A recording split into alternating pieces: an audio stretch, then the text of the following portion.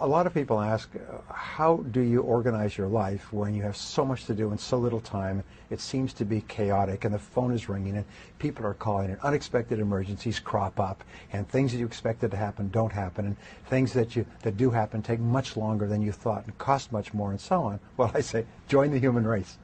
The fact is that in our world today, there's so much good stuff going on that we are eager to take a piece of everything. We're constantly raising our hand, if you like, and say, I'll do that, and I'll do this, and I'll get into that, and I'll add that to my schedule, and so on.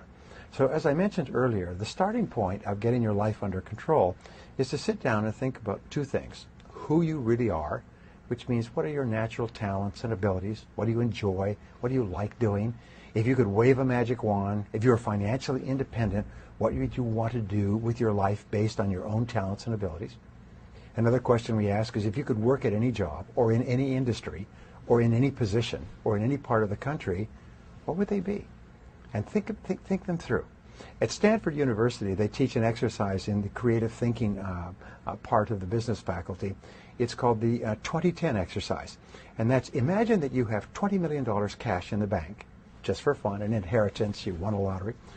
But simultaneously, you have an incurable illness and you only have 10 years left to live.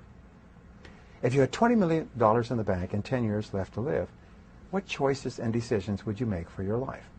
And that begins to clarify things. You start to become clear, well, if I had that money and only a limited time, there's certain things I would want to do and certain things that would not be that important. The second goal area is, what do you really, really want from your life? If you had no limitations, if you had all the money and all the time and all the talents and all the abilities, if you could do or be or have anything, what would you really want in your life? And write them down. And then what I encourage people to do is make a list of 10 things, 10 goals that you'd like to accomplish in the next year or so, and ask this question.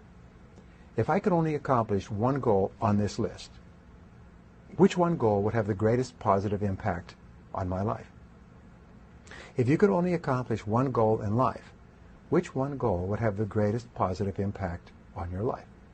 Now, for most people, especially when you're maturing in your career, when you're growing up, the biggest goal is money. If you had money, then you could buy a house, home, car, family, lifestyle, and so on.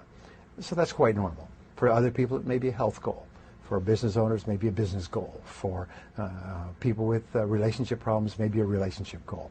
But ask yourself, if you could achieve one goal or resolve one problem, and remember, a problem unsolved is merely a goal unachieved, which one would it be?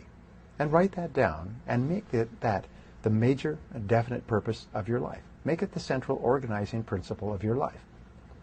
Now, Wolfgang von Goethe had a wonderful observation about life. He basically said that everything counts. Everything that we do helps or hurts. Everything adds up or takes away.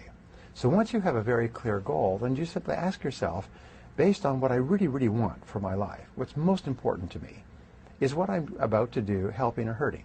Is it going to move me toward my goal or move me away? And if it doesn't move you toward what is most important to you, then it's a very good candidate to be delegated, outsourced, downsized, or even eliminated. In the process of re-engineering in business, the whole process of re-engineering is based on what is called process simplification. And the way that you simplify a process is you stop doing things. You eliminate low-value tasks to free up more time for the things that are most important to you. You keep going through your life and saying, what are the things that I could get rid of, that I could stop doing altogether, that I could delegate to someone else, or that I could combine and do all together? You keep thinking, how can I simplify my life? How can I re-engineer my life so that it's simpler and more streamlined?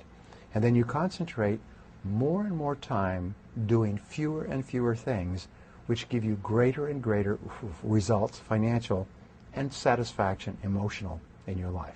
That's how you bring order out of chaos.